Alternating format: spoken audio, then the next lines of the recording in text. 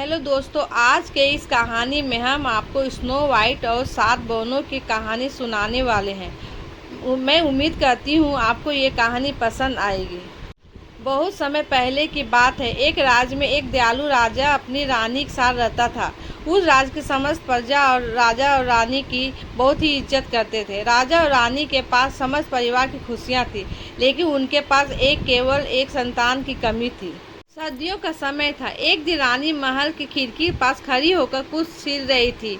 उसी समय अचानक से एक स्नोबर्ड उड़ती हुई अंदर आ गई।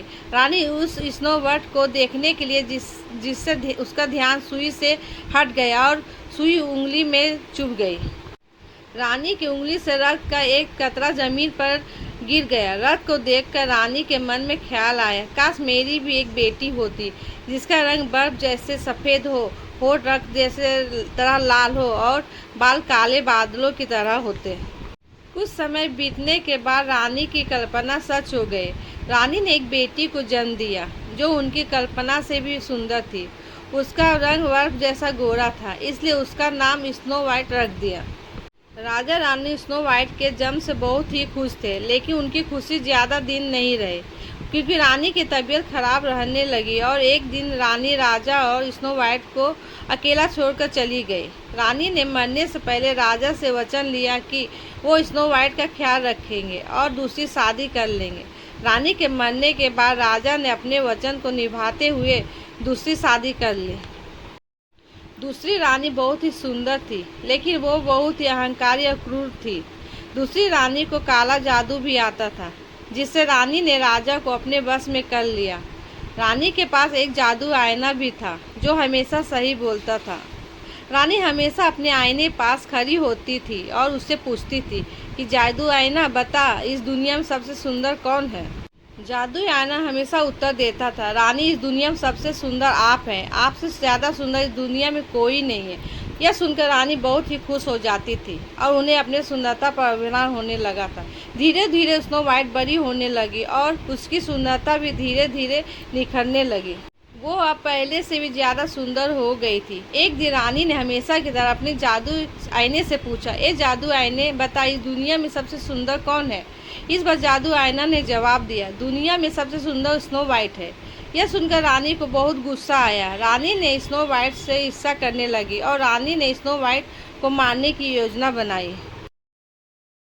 उसने अपने एक सिपाही को बुलाया और उन्हें आदेश दिया, स्नो वाइट को जंगल में ले जाकर मार डालो और सबूत के तौर पर मुझे उसका दिल चाहिए। रानी का आदेश मानकर सिपाही स्नो वाइट को जंगल में ले गया, लेकिन उसकी मासूमियत देखकर वो उसे मार न सका। सिपाही ने राजकुमारी स्नो वाइट को रानी की असलियत बता दी और रानी से दूर रहने की सलाह दी। सिपाही ने सबूत के तौर पर एक सूअर का दिल महल में दिखा दिया, जिससे देखकर रानी बहुत खुश हुई, क्योंकि अब दुनिया में सबसे ज़्यादा सुंदर कोई नहीं था। इधर स्नो वाइट जंगल में अकेले भटक रही थी। दिन भर भटकने बाद शाम को वो एक छोटे घर के पास पहुंची। उस घर में 7 बौने रहते थे। स्नो वाइट ने घर का दरवाज़ा खटखटाया, लेकिन किसी ने दरवाज़ा नहीं खोला।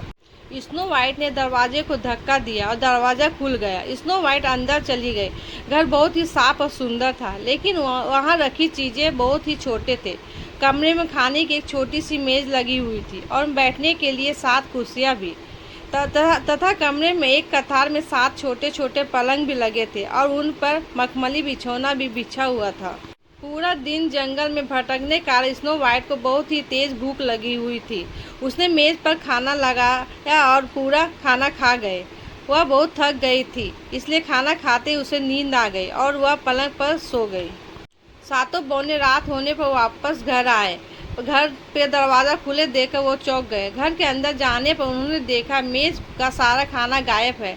शयन कक्ष में जाने पर उन्होंने देखा स्नो वाइट वहाँ सोई हुई थी। 7 बौने ने स्नो वाइट को सोने दिया, क्योंकि वह सोते हुए बहुत ही प्यारी लग रही थी। सारे बौने भी उसके आसपास सो गए। जब स्नो वाइट की नींद खुली तो वो बौनों को देखकर वह डर गई और उसके मुंह से चीख निकल गई। चीख सुनकर बौने भी उठ गए। सारे बौनों ने स्नो वाइट से बहुत प्यार से बात किया, जिससे उसका डर दूर हो सके। उसके बाद स्नो वाइट ने अपनी पूरी कहानी बौनों को सुनाई। बौनों को स्नो वाइट पर दया आ गया। उन्होंने उसे अपने घर में रहने की अनुमति दे दी। उसके बाद से दिन में सारे बौने काम पर जाते थे और स्नो वाइट घर की देखभाल करती थी। वो घर का सारा काम करती थी, उसके लिए खाना बनाती थी। स्नो वाइट बौनों के साथ बहुत खुश थी और बौने भी उसके साथ खुश थे। इधर एक दिन फिर रानी ने अपनी जादू आईने से पूछती है, ए जादू आईने बता, इस दुनिया में सबसे सुंदर कौन है? जादू आईने ने जवाब दिया, आप बहुत सुंदर है, इसमें कोई दो राय नहीं है, लेकिन सबसे सुंदर पहाड़ों के पास बौनों के साथ रहने वाली स्नो वाइट है। इससे वो गुस्से से आग बबूला हो गई। वो सिपाही की धोखेबाजी को समझ गई। उसने सिपाही को कालकोठरी में डाल दिया। इस बार रानी ने खुद ही स्नो वाइट को मारने की साजिश रची, जिससे वो किसी भी हालत में बच न सके। अगले दिन रानी एक बूढ़ी औरत का रूप लेकर बौने के घर गई। बौने घर पर नहीं थे। स्नो वाइट घर पर अकेली थी। बुढ़िया की आवाज़ देने पर स्नो वाइट घर से बाहर निकली। बुढ़िया रानी ने अपनी थैली से कंघी निकाली और स्नो वाइट से कहा, बेटी मेरे पास यही एक कंघी बची है, अगर तुम इसको खरीद लो तो मैं जिसके कारण घर जा सकूं। बूढ़ी औरत ने स्नो वाइट से कहा, तुम्हारे बाल बहुत ही काले और घने हैं, आओ मैं तुम्हारे बाल बना दूं। स्नो वाइट ये नहीं जानती थी कि बूढ़ी औरत उसकी सौतेली माँ है, जो उसे मारने के लिए जहरीली कंघी लाई है। बूढ़ी औरत के कहने पर स्नो वाइट बाल बनवाने के लिए तैयार हो गई। जैसे ही बूढ़ी रानी ने कंघी को बालों में लगाया, वो तुरंत ही बेहोश होकर जमीन पर गिर गई। रानी तुरंत ही वहां से निकल गई। रानी जानती थी कि कुछ ही देर में वो मर जाएगी, लेकिन स्नो वाइट की किस्मत अच्छी थी। रानी के जाते ही बौने घर आ गए। स्नो वाइट को जमीन पर पड़े देख वो उसके पास गए और उसके सिर से कंघी को निकाल दिया। इस तरह से वो मरने से बच गई। उठने के बाद स्नो वाइट ने बौनों को पूरी बात बताई। तब बौने ने स्नो वाइट को सतर्क रहने की सलाह दी और अजनबी के आने पर दरवाज़ा ना खोलने को कहा। रानी महल जाकर एक बार फिर अपने जादू आईने से पूछी, अब बताओ कि इस दुनिया में सबसे सुंदर कौन है? आईने ने इस बार जवाब दिया, इस दुनिया में सबसे सुंदर स्नो वाइट है। रानी समझ गई कि स्नो वाइट बच गई है। उसने इस बार स्नो वाइट को मारने के लिए दूसरी सारी योजना बनाई। इस बार रानी ने एक फल बेचने वाली औरत का वेश बनाकर बौनों घर पहुंच गई। रानी ने बौनों का दरवाज़ा खटखटाया। स्नो वाइट ने दरवाज़ा नहीं खोला, क्योंकि वो पहले से सतर्क थी। उसने अंदर से आवाज़ देकर पूछा, कौन? रानी ने जवाब दिया, बेटी मुझे बहुत प्यास लगी है, क्या तुम मुझे पानी पिला सकती हो? स्नो वाइट ने खिड़की से देखा, वहाँ एक बूढ़ी औरत बैठी थी। उसे लगा सच में वो प्यासी होगी, इसलिए स्नो वाइट ने उसे पानी लाकर दिया।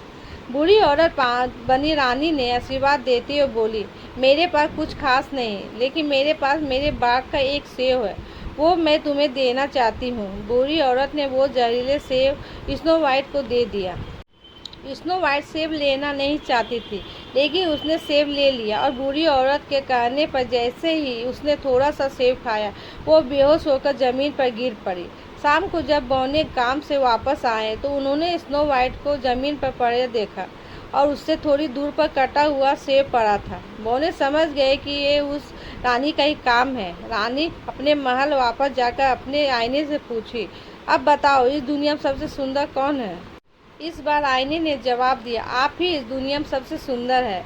ये सुनकर रानी जान गई कि स्नो वाइट मर गई और वो इस बात से खुश हुई। बौने ने स्नो वाइट को उठाया, उसे बहुत हिलाया डुलाया, लेकिन वो नहीं उठी। सभी बौने दुखी होकर रोने लगे। बौने स्नो वाइट को दफनाना चाहते थे, इसलिए उन्होंने स्नो वाइट के शरीर को एक कांच के ताबूत में रख दिया। उसी समय जंगल से एक राजकुमार गुजर रहा था। उसने स्नो वाइट को देखा। उसने सोचा, ये तो वही है जिससे कि साया वो राजकुमार ने अपने तालाब में देखा था। लेकिन जब वो उसके पास गया तो उसने देखा वो मरी हुई है। बौने से बात करने पर उसकी पूरी कहानी का पता चला। राजकुमार ने स्नो वाइट के शरीर को अपने साथ अपने राज ले आया और वहाँ उसके वैद्यों ने स्नो वाइट को ठीक कर दिया। स्नो वाइट इतनी सुंदर थी कि राजकुमार को उससे प्यार हो गया और उसने स्नो वाइट के सामने विवाह का प्रस्ताव रखा। स्नो वाइट ने शादी के लिए मना नहीं किया, लेकिन उसने एक शर्त रखी कि वो विवाह अपने पिता की उपस्थिति में करेगी। राजकुमार ने अपने गुप्तचर से पता किया तो पता चला कि स्नो वाइट के पिता को रानी ने बंदी बना रखा है और वो खुद ही शासन कर रही है। ये जानकर राजकुमार ने उस राज पर हमला करने को निर्णय किया। उसने अपनी पूरी सेना के साथ उस राज पर हमला कर दिया, जिससे राजकुमार ने रानी को परास्त कर उसे बंदी बना लिया और स्नो वाइट के पिता को कारागार से आज़ाद कर दिया। राजकुमार ने स्नो वाइट के पिता को छुड़ाने के बाद उसके पिता के मौजूदगी में स्नो वाइट से विवाह कर लिया। अब वो दोनों खुशी से रहने लगे।